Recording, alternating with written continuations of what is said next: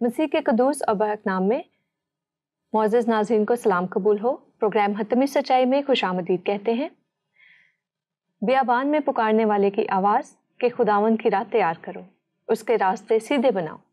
جی ہاں، آج ہم بات کریں گے اپنے پروگرام میں یوحنا اصطباغی کے بارے میں اور ان تمام اعتراضات کے بارے میں، ان تمام سوالات کے بارے میں جو کہ مختلف ذرائع سے، سوشل میڈیا کے ذریعے سے اور مختلف ذرائع سے ہم تک پہنچتے ہیں۔ آج ہم ان تمام اعتراضات کے ذریعے سے ان حتمی سچائیوں کو جاننے کی کوشش کریں گے اور جانیں گے کہ یوحنا اصطباغی کو کیا جناب مسیح پر فضیلت حاصل تھی۔ ان تمام سوالات کو زیر بحث لانے کے لیے خوش آمدید کہوں گی پروگرام میں پروفیسر جناب شفیق کنول صاحب کو۔ سر، اس سلسلے میں پہلا سوال، ایک صاحب اپنی فیس بک پوسٹ میں لکھتے ہیں کہ بائبل مقدس میں حضرت یحییٰ کا نام یوحنا ہے، کیونکہ یہ کہتے ہیں کہ اصل جو انجیل ہے یہ سریانی زبان میں لکھی گئی تھی اور اس میں یحییٰ ہی کا لفظ استعمال ہوا تھا، لیکن جو مترجمین تھے ان کو یہ لفظ سمجھ نہیں آیا تو انہوں نے اس کا ترجمہ یوحنا کر دیا۔ آپ اس پہ کچھ روشنی ڈالیں تاکہ ہم جو ہے ان صاحب تک حتمی سچائی پہنچا سکیں۔ شکریہ۔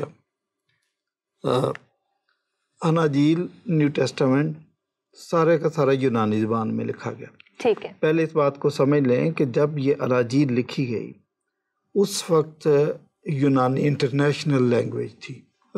سکندر اعظم کوئی 250-300 سال پہلے قبل از مسیح ٹھیک جب اس نے نون ورلڈ کو فتح کر لیا تھا تو زبانی یونانی زبان رائج ہو چکی تھی۔ صحیح، مطلب انگلش کی طرح وہ ایک گلوبل لینگویج تھی۔ بالکل بالکل اس وقت تھی، تو لہذا لوگ بول بھی یونانی رہے تھے تو لکھ بھی یونانی رہے تھے، اس میں تو کوئی فلسفے والی بات نہیں ہے۔ ٹھیک ٹھیک۔ خود کرسچنز کے اندر بھی بعض اسکالرز نے یہ کہنا شروع کر دیا کہ یہ اناجیل سریانی زبان میں نہیں، سریانی نہیں، اس پہ بھی مانتا ہوں، عبرانی میں لکھی گئی۔ اچھا، اور ان کا ماخذ کیا ہے، کہاں سے یہ انفارمیشن لیتے ہیں کہ چرچ فادر پاپیاس نے لکھا کہ میں نے ایک انجیل دیکھی تھی جو عبرانی زبان میں تھی۔ اچھا ٹھیک۔ این ممکن ہے کہ وہ کسی کے نوٹس ہوں جو عبرانی زبان میں لکھے ہوں۔ صحیح۔ لیکن اگر ایسا ہوتا کہ اناجیل عبرانی زبان میں لکھی گئی ہوتی تو کوئی نہ کوئی نسخہ ہمارے پاس موجود ہوتا۔ صحیح۔ تو ہمارے پاس جو نسخے ہیں وہ یونانی میں، اس کا مطلب یہ یونانی میں ہی لکھی گئی۔ ٹھیک۔ تو بہت سارے لوگ یہی بات کہتے ہیں، اکثریت اور معتبر علماء یہی کہتے ہیں کہ یونانی میں لکھی گئی۔ یہ صاحب جو کہہ رہے ہیں کہ سریانی میں لکھی گئی، ان کو لگتا ہے کہ اناجیل کے بارے میں، نیو ٹیسٹامنٹ کے بارے میں زیادہ معلومات نہیں ہیں۔ ٹھیک۔ سریانی میں ترجمہ ہوا تھا۔ ٹھیک۔ ترجمہ چونکہ بہت ساری زبانوں میں ہوا تو جس کے ہاتھ ترجمہ لگ گیا وہ سمجھتا ہے کہ یہی اوریجنل ہے، تو سریانی میں نہیں تھا، یونانی میں تھا، اور یونانی میں اس کا نام یوحنا ہی تھا۔ تو یہ موصوف کی اپنی غلطی ہے، بائبل کی غلطی نہیں ہے۔ میں کہوں گا کہ یہ آپ کی مسکنسیپشن ہے۔ یہاں ہسٹوریکل ایونٹس کو مزید جاننے اور سمجھنے کی ضرورت ہے کہ کس طرح سے بائبل مقدس کی ہسٹری وغیرہ کو مزید ان صاحب کو میرا خیال ہے پڑھنے کی یا جاننے کی۔ بہت سارے اسکالر سپرفیشیل اسکالر ہوتے ہیں، وہ کچھ باتیں پڑھ لی اور وہ سمجھتے ہیں کہ ہم اسکالر گئے۔ اسکالر ایسے نہیں بنتا جب تک آپ کو دسترس نہ ہو ان چیزوں پر۔ ٹھیک ہے۔ اچھا، اس سلسلے میں ایک اور صاحب کا سوال ہے، وہ کہتے ہیں، وہ اس تمام بات کو بیان کرتے ہیں کہ جب فرشتہ جو ہے جبرائیل فرشتہ حضرت زکریا کے پاس آیا جو کہ یوحنا اصطباغی کے والد تھے، ان کے پاس آیا تو انہوں نے جو ہے فرشتے کی بات کا یقین نہیں کیا، اور پھر جو ہے یہ پوری جو بات ہے یہ ڈیٹیل میں بائبل مقدس کے اندر اناجیل میں موجود ہے۔ تو جو ہے انہوں نے کہا کہ میں اس بات پہ یقین نہیں کرتا کہ اس بڑھاپے کی عمر میں میرا بیٹا کیسے پیدا ہوگا، تو اس کی کیا نشانی ہے؟ تو فرشتے نے انہیں کہا کہ تو 3 دن تک بول نہیں سکے گا۔ یہ صاحب کہتے ہیں کہ یہ تو بڑی عجیب بات ہے اور یہ بات جو ہے سمجھ میں نہیں آتی، تو آپ ذرا کچھ سمجھائیں، شاید آپ کے سادہ الفاظ میں یہ سادہ سی کہانی ان کو سمجھ میں آ جائے۔ پہلی بات یہ ہے کہ کہانی کو آپ سوال میں توڑ مروڑ کر پیش کر رہے ہیں۔ ٹھیک۔ یہ جو زکریا کو کہا گیا کہ 3 دن تک بول نہیں سکے گا اور یہ نشانی تھی، یہ نشانی نہیں تھی۔ زکریا نے فرشتے کی بات کا یقین نہیں کیا تو یہ سزا کے طور پر اس کو کہا کہ جب تک آپ کے ہاں بیٹا پیدا نہیں ہوگا تو بول نہیں سکے گا، تو یہ اس کو سزا دی تھی، یہ نشانی کے طور پر۔ ہاں، ہم اس کو نشانی کے طور پر بھی سمجھ سکتے ہیں، لیکن ایکچولی اس کو یہ سزا دی گئی تھی۔ ٹھیک۔ تو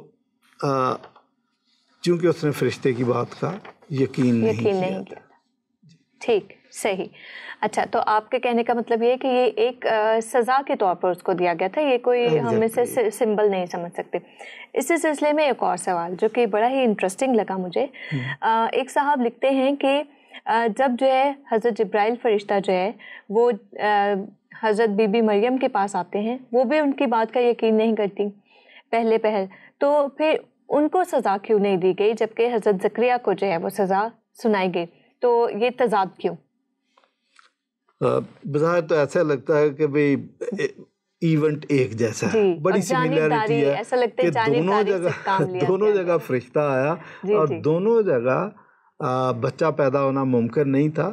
ٹھیک ہے نا, یہ تو سملیرٹی ہے. اور دونوں جگہ پہ یقین نہیں کیا. پھر ایسا کیوں کہ زکریا بیچارے کو سزا دے دی گئی کہ تو اب بول نہیں سکے گا, مریم کو کوئی سزا نہیں دی گئی. تو وہ جیسے ایک پروگرام آتا ہے کہ یہ تو کھلا تضاد ہے. جی جی. اگین میں یہ کہوں گا کہ اگر سپرفیشلی آپ پڑھتے ہیں تو آپ کو ایسا ہی لگے گا, لیکن آپ اگر بائبل مقدس کے طالب علم ہیں اور تھوڑا سا آپ نے پڑھا ہے تو تھوڑا سا غور کریں, آپ کو کہانی سمجھ آ جائے گی کہ بائبل مقدس کے ان دونوں واقعات میں کوئی تضاد نہیں. یہ بات درست ہے کہ مریم نے فرشتے کی بات کا یقین نہیں کیا, تو لیکن جب فرشتے نے اس کو سمجھایا تو پھر اس نے یقین کر لیا کہ تیرے قول کے موافق ہو. ٹھیک. ہاں, لیکن اس کو سزا پھر نہیں ملی. ٹھیک. لیکن زکریا کو ملی. زکریا کو اس لیے ملی کہ مریم ایک عام خاتون تھی. صحیح. لیکن زکریا کاہن تھا. صحیح.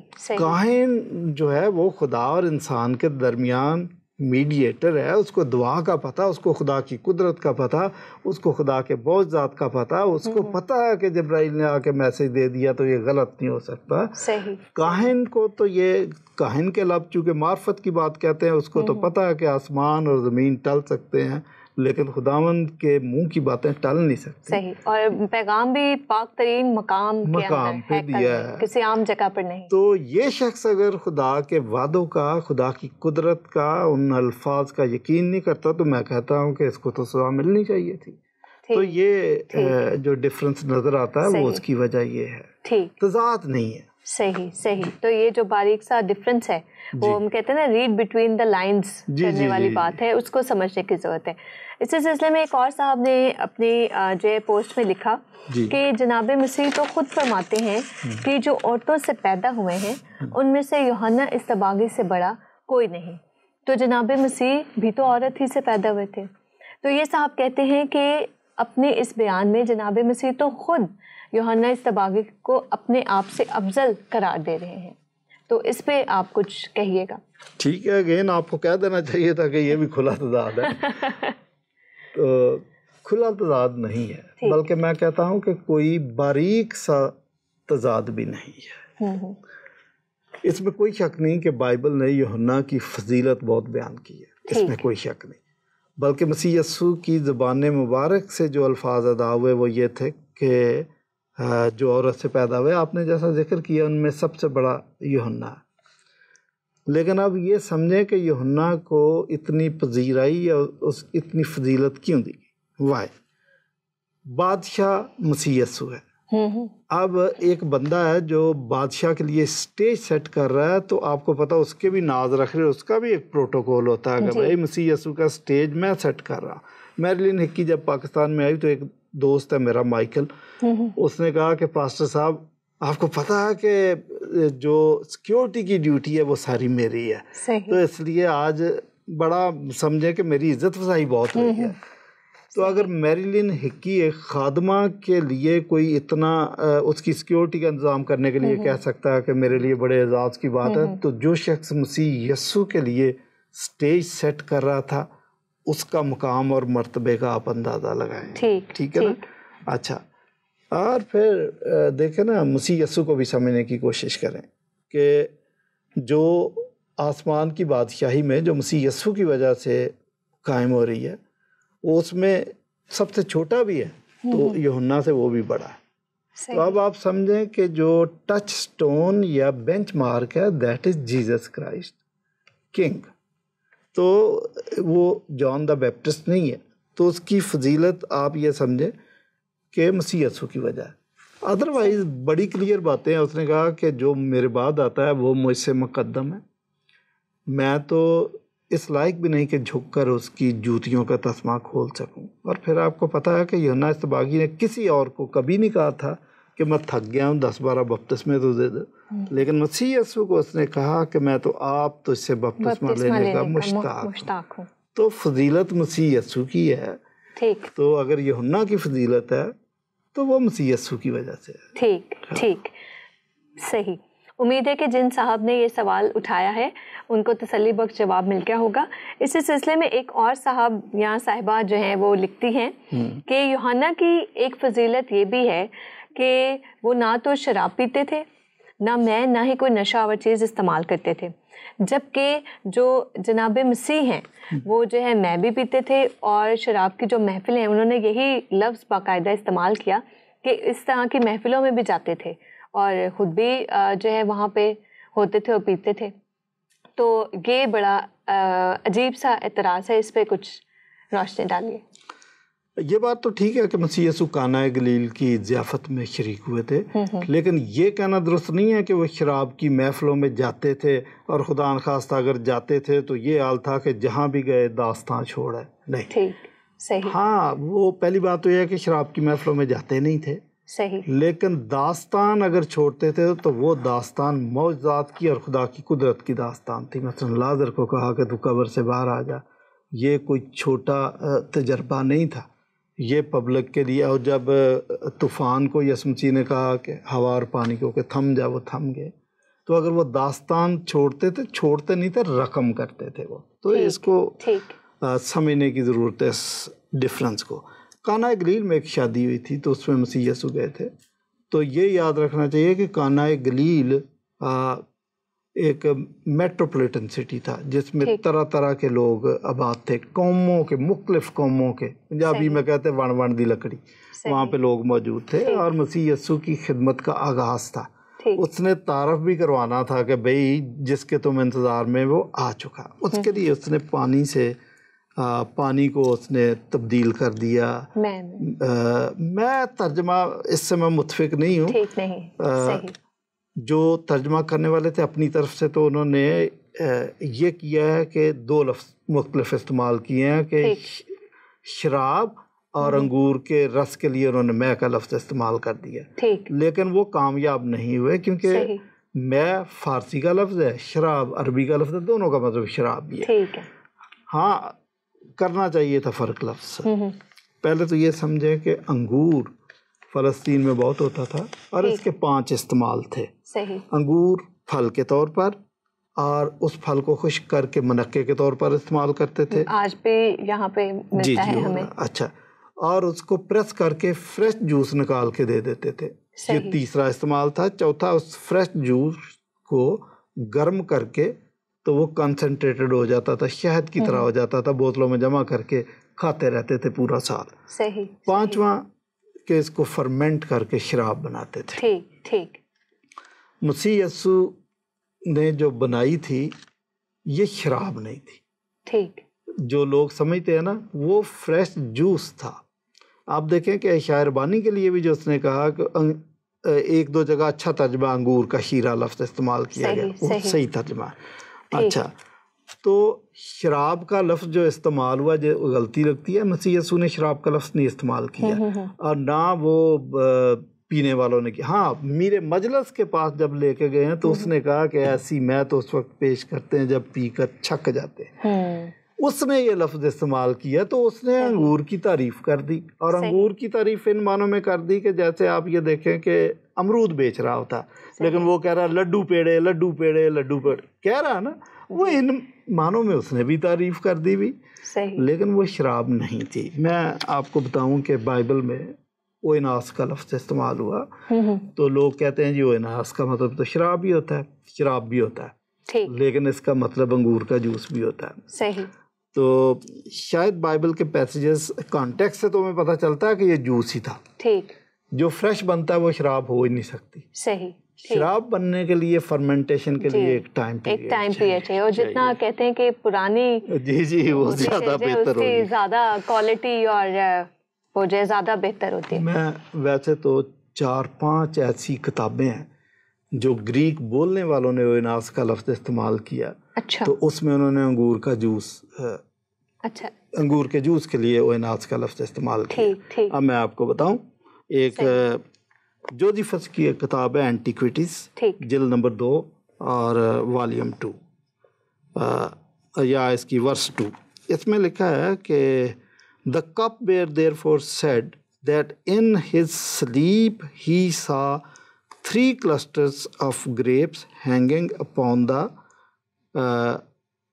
tree branches of a vine.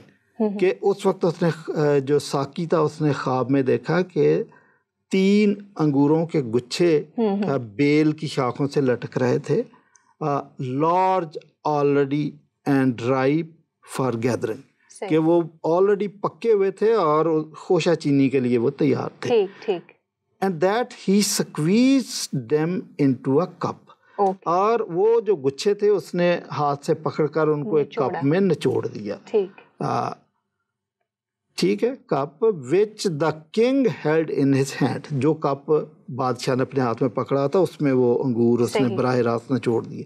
And when he had strained the wine, Oenos, and that he received it. اچھا, اور جب اس نے یہ نچوڑ دیا تو جو وائن اس کپ میں آ گئی وہ بادشاہ نے پی اور اس نے بڑا اس سے لطف اٹھایا. تو اب آپ دیکھیں کہ یہاں اویناس کا لفظ استعمال ہوا کہ وہ جو پیسج جو ہے یہ پیسج جوزیفس کی کتاب اینٹیکویٹیز والیوم 2 ورس نمبر 2 اس کے اندر موجود ہے. تو دیکھیں بائبل کے کانٹیکسٹ سے بڑا کلیئر ہے, لیکن یہ جو پیسج ہے آپ یہ دیکھیں کہ اس سے صاف, اس کے کانٹیکسٹ سے تو بہت کلیئر ہے کہ فریش نچوڑا ہے تو نچوڑنے کے فوراً بعد شراب نہیں ہو سکتی. That was juice. صحیح. تو مسیح یسوع نے نہ شراب بنائی, نہ شراب بنانے کی ترغیب دی, نہ پرمٹ بنانے کی اجازت دی, اور نہ شراب کی محفلوں میں جاتے تھے. یہ اگین مسکنسیپشنس ہے. پادری برکت اللہ نے اپنی کتاب معجزہ کانا گلیل میں یہ بات بڑی کلیئرٹی کے ساتھ لکھی ہے کہ اویناس کا مطلب انگور کا جوس ہے, شراب نہیں ہے. لیکن لوگ پھر لے آتے ہیں ڈکشنری کے اس میں تو اس کا مطلب یہ بھی ہے, یہ بھی ہے, لیکن کانٹیکسٹ بتاتا ہے کہ میننگ کیا ہے. ٹھیک. بہت شکریہ پروفیسر صاحب, اتنے اچھے طریقے سے آپ نے جو ہے حوالے کے ساتھ اس بات پر روشنی ڈالی.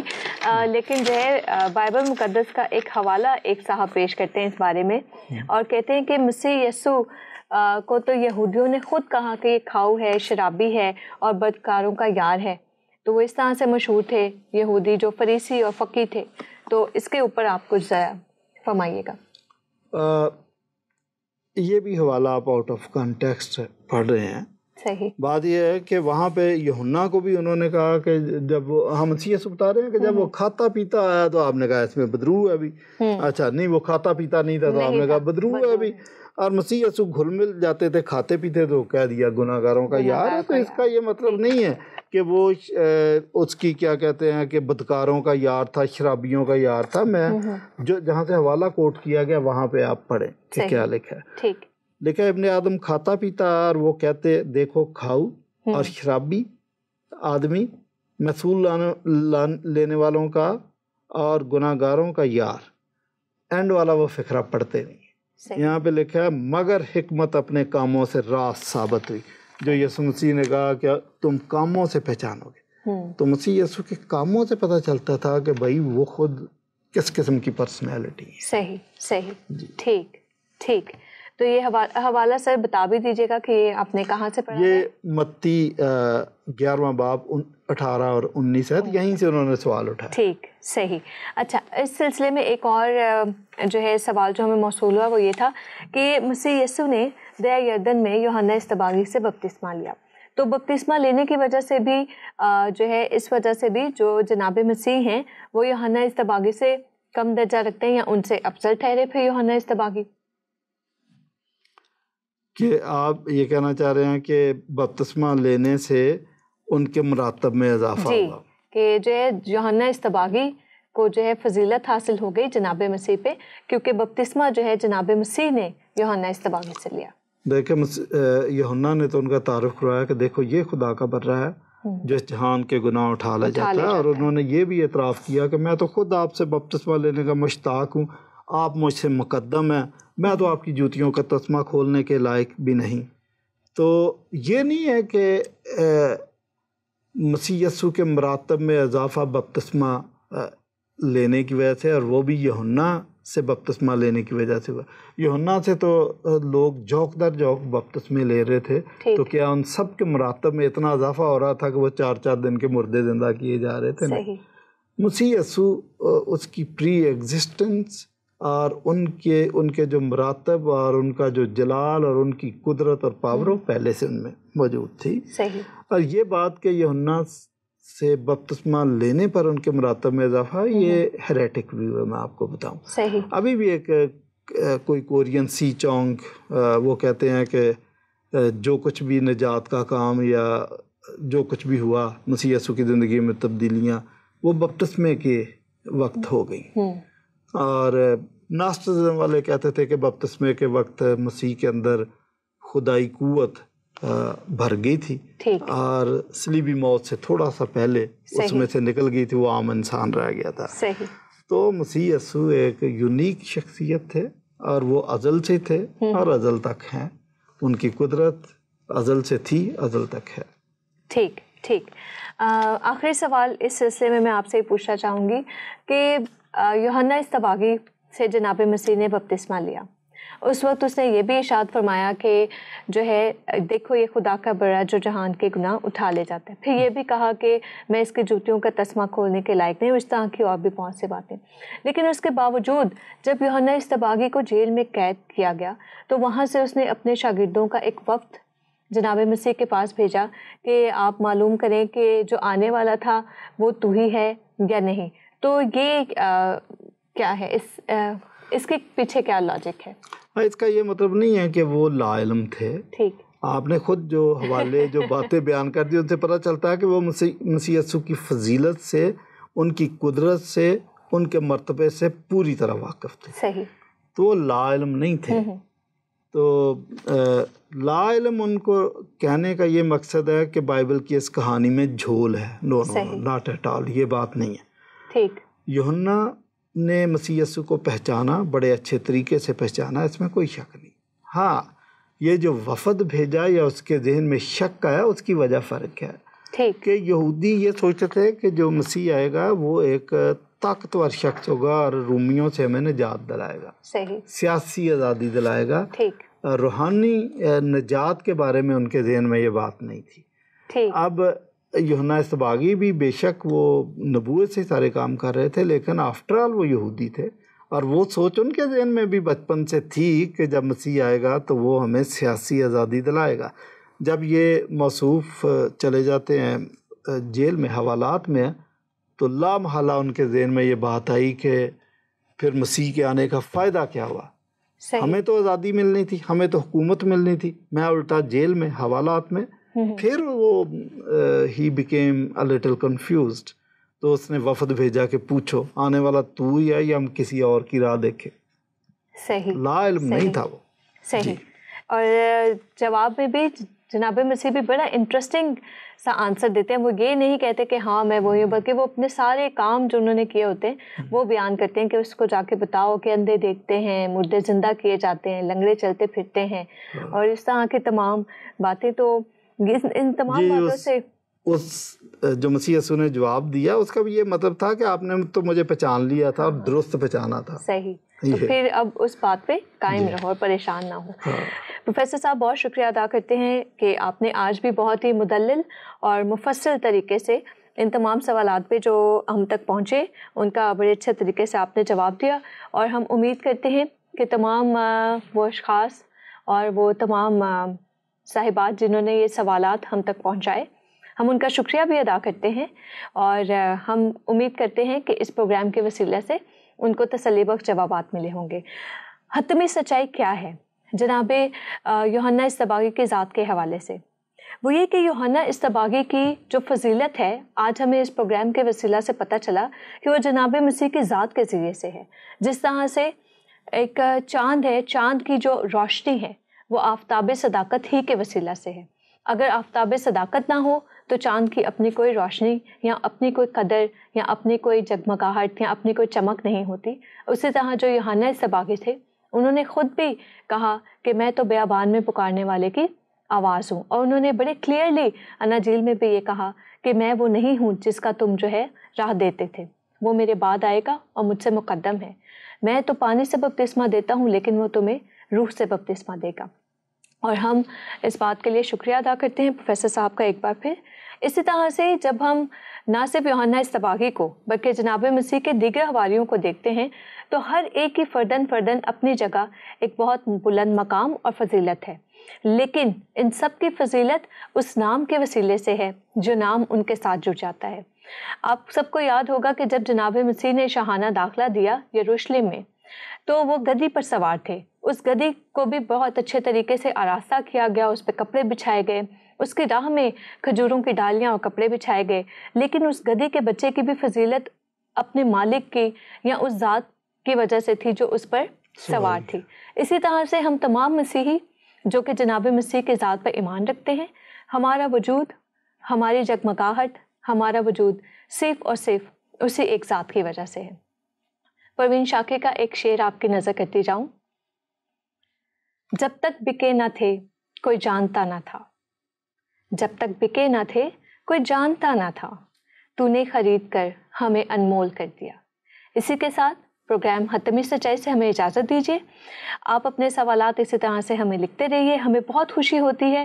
آپ کے کنسٹرکٹیو کرٹیسزم کے لیے بھی ہم تیار رہتے ہیں تاکہ ہم اس پروگرام کو مزید بہتر سے بہتر بنا سکیں، اور امید کرتے ہیں کہ ہم آپ تک حتمی سچائیاں پہنچانے میں کامیاب ہوتے ہیں۔ اپنی دعاؤں میں مجھے، میری ٹیم کو، پروفیسر صاحب کو یاد رکھیں کہ اسی طرح سے ہم بہتر سے بہتر پروگرام آپ کی پیش خدمت کرتے رہیں۔ اجازت دیجیے، خدا حافظ۔